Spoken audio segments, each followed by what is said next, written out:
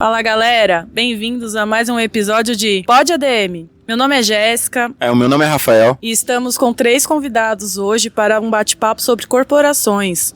O Daniel, a Maxine e o Samuel. Hoje o papo é sobre corporações. Essas empresas gigantes que parecem estar em todos os lugares. Vendem, anunciam, patrocinam, opinam e até querem salvar o mundo. A gente se inspirou em 2 documentários canadenses, The Corporation de 2013 e The New Corporation de 2020. Será que as empresas mudaram mesmo ou só trocaram de figurino? Será que são malvadonas ou têm boas intenções? Bora descobrir?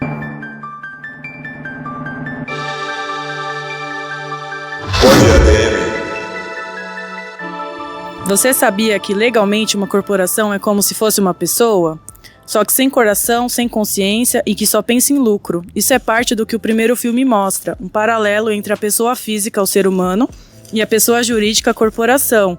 Tipo, o primeiro documentário defende que se fosse uma pessoa de verdade, a corporação teria traços de psicopatia.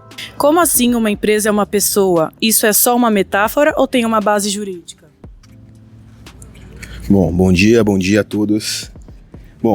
Uma empresa é considerada uma pessoa jurídica com direitos e deveres próprios. Mas é importante notar que, embora as empresas sejam consideradas pessoas jurídicas, elas não têm os mesmos direitos que pessoas normais, pessoas físicas. Como, por exemplo, elas não podem votar, elas não podem ter direitos personalizados de liberdade de expressão. Mas isso também permite que elas possam ser responsabilizadas por suas ações, celebre contratos e adquira bens. Tudo isso transforma a empresa em uma pessoa. Samuel, você acha exagero dizer que empresas têm comportamento psicopata? Alguns argumentam que empresas podem exibir comportamentos psicóticos, como a valorização dos bens, ela não se importa muito com as outras pessoas. Só que também existe o contraponto, onde empresas são formadas por pessoas. Pessoas têm corações, pessoas têm ideais.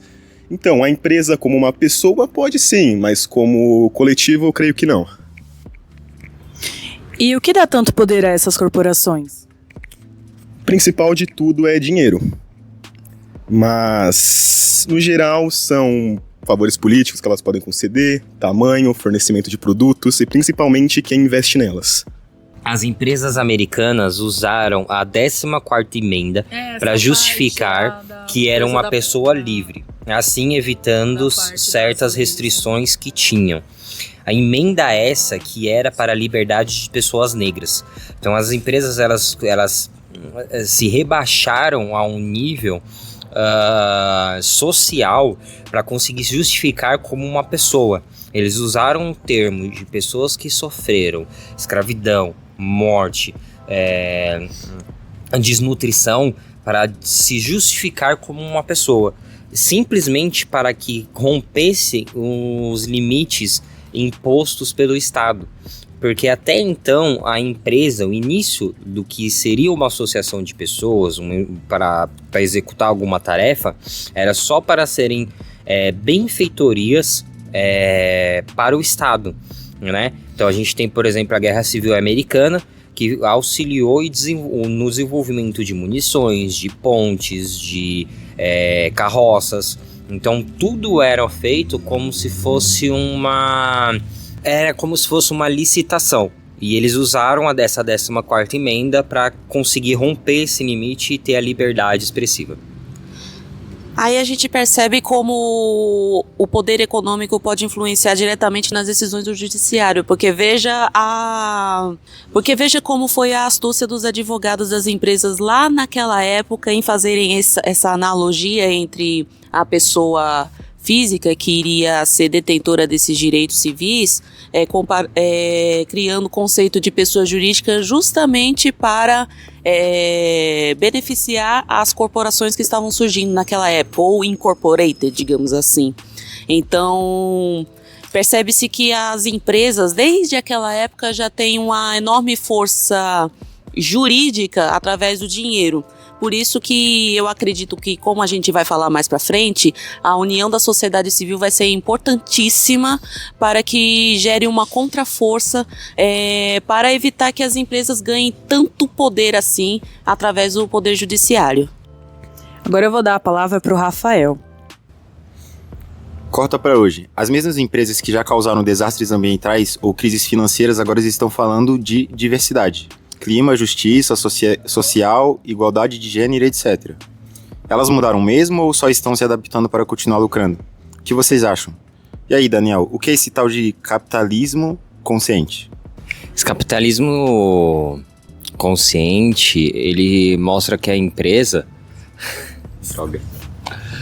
Mostra como as empresas elas estão tentando reinventar a sua imagem para agradar o público. Elas vieram com um histórico de anos, acabando tendo devastações ambientais, se envolvendo com vexames, se envolvendo com influências políticas, se envolvendo com desastres ambientais.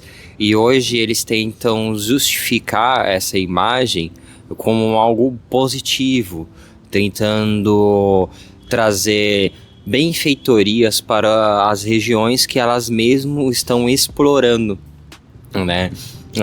O interesse da empresa é muito mais na região onde elas têm sua matéria-prima do que o mundo mesmo.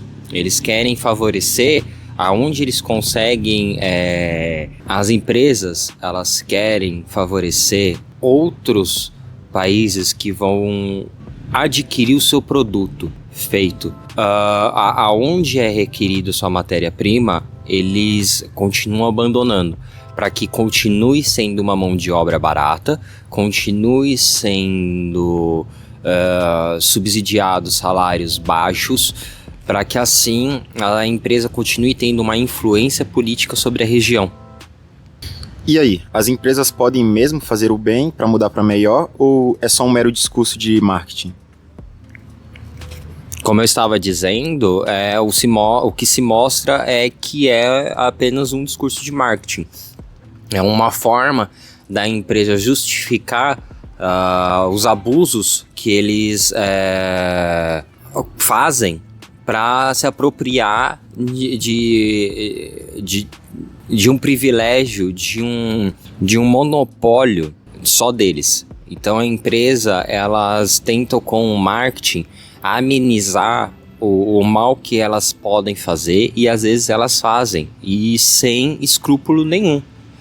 Escondendo informação, comprando advogados para que protejam elas judicialmente, influenciando em questões políticas, para que o país ele tenha uma evolução, né, maior no momento. Tá, e como a gente pode diferenciar as empresas que realmente se importam com a responsabilidade social das que só querem engajamento nas redes? A grande maioria das ONGs poderia ser ditas como empresas que se importam com o mundo em si. A maioria das empresas hoje usam as redes sociais para que consigam mascarar os seus reais interesses, né? Como já falado pelo nosso amigo Samuel, do interesse capital, do interesse financeiro, do dinheiro, do controle, do monopólio.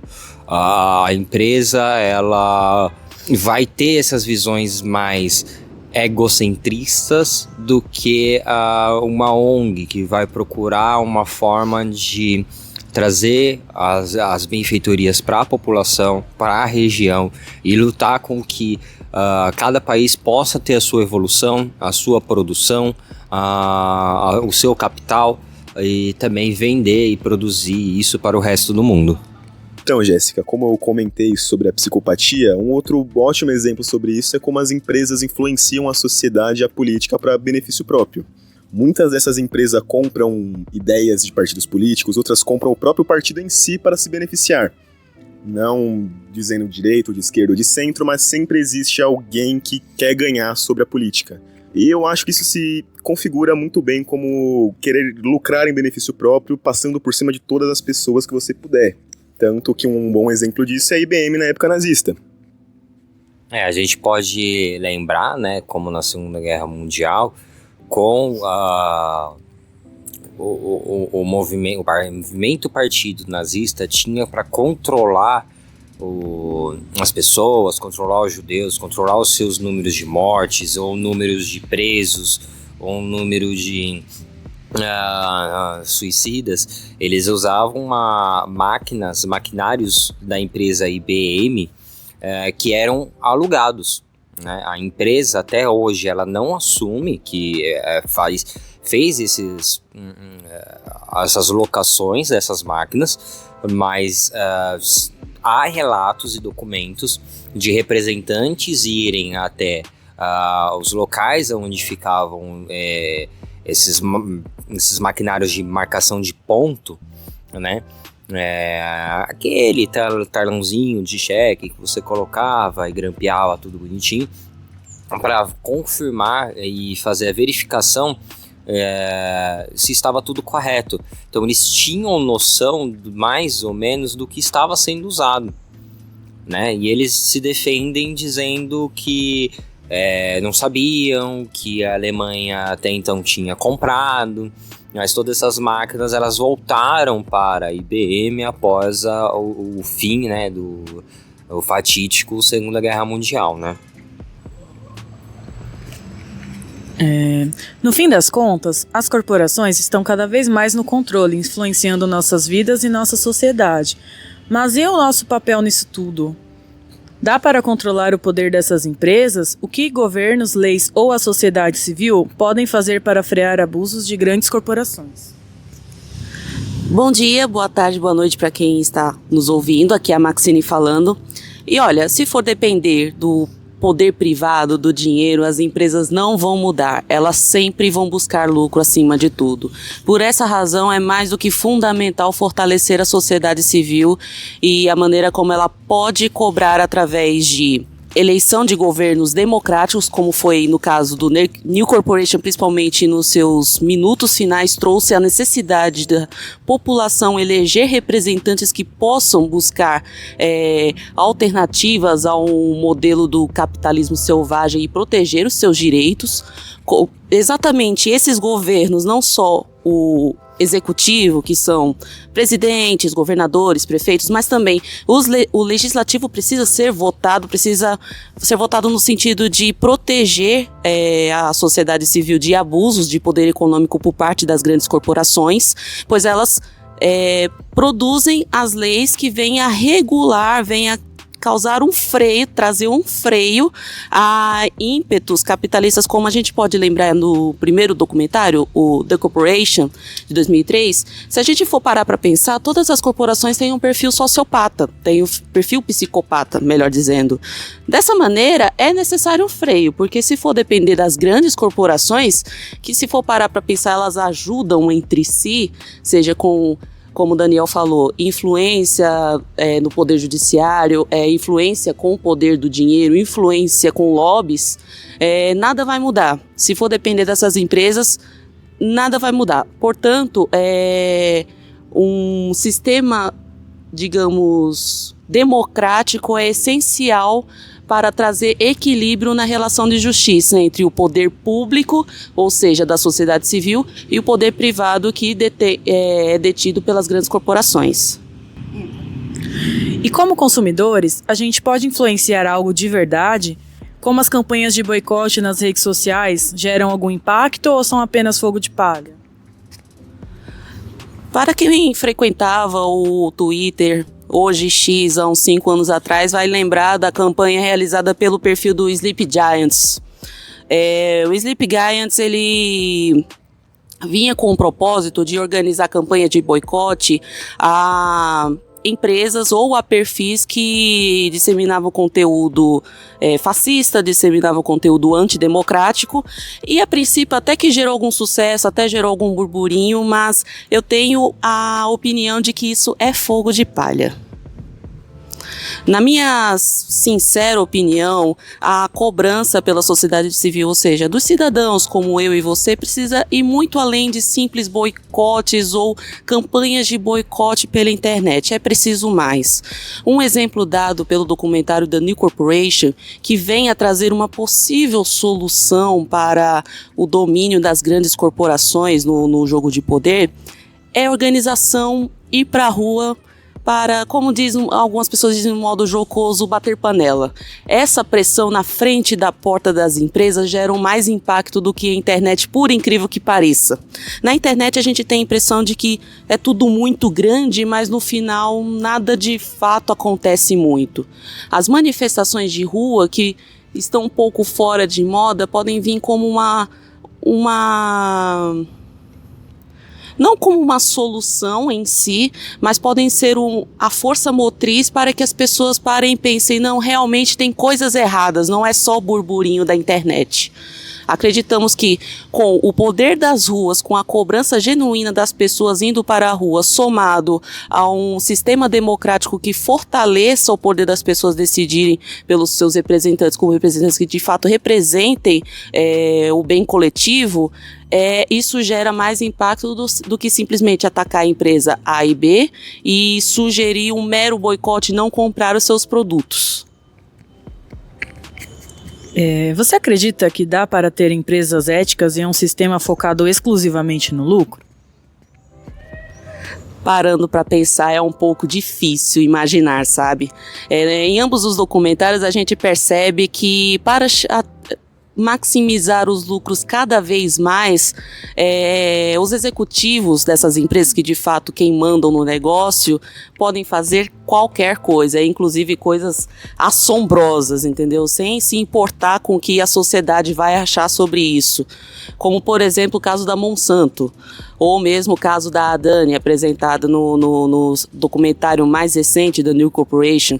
Foi necessário uma pressão gigantesca nesse último caso, mas gigantesca mesmo, para que as populações originárias da Austrália tivessem o seu direito minimamente garantido.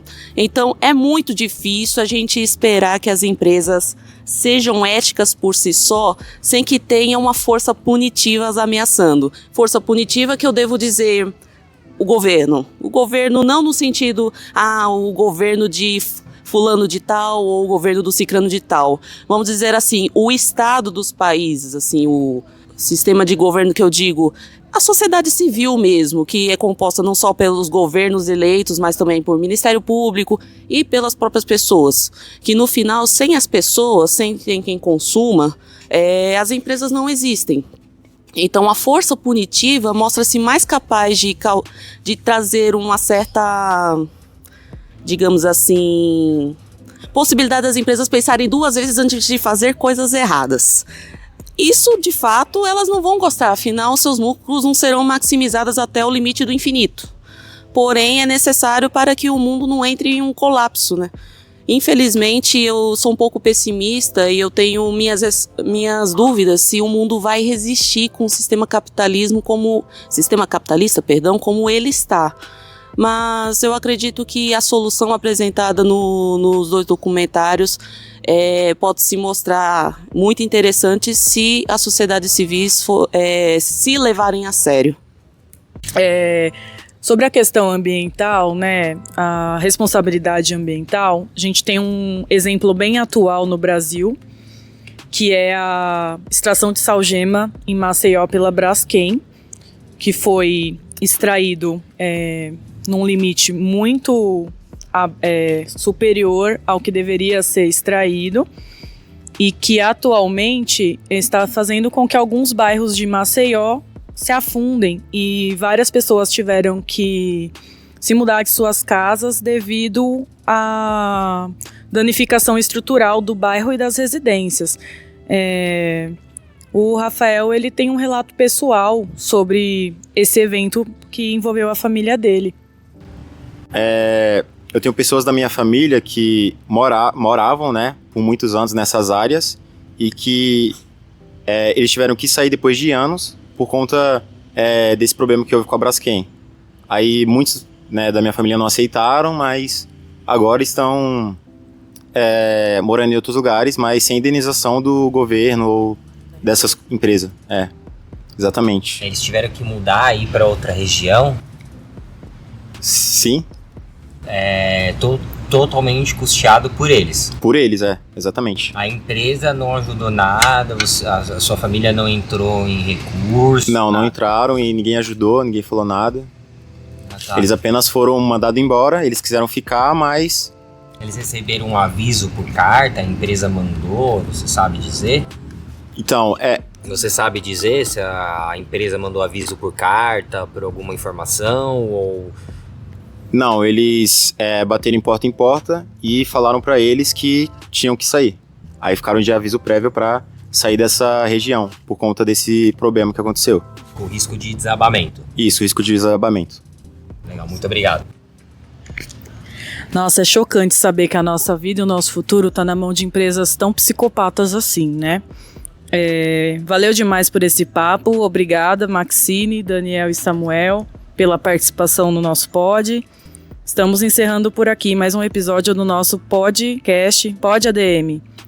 A pergunta que fica é: dá para confiar em empresas que dizem lutar por um mundo melhor quando o negócio delas é justamente ganhar com o sistema do jeito que ele é?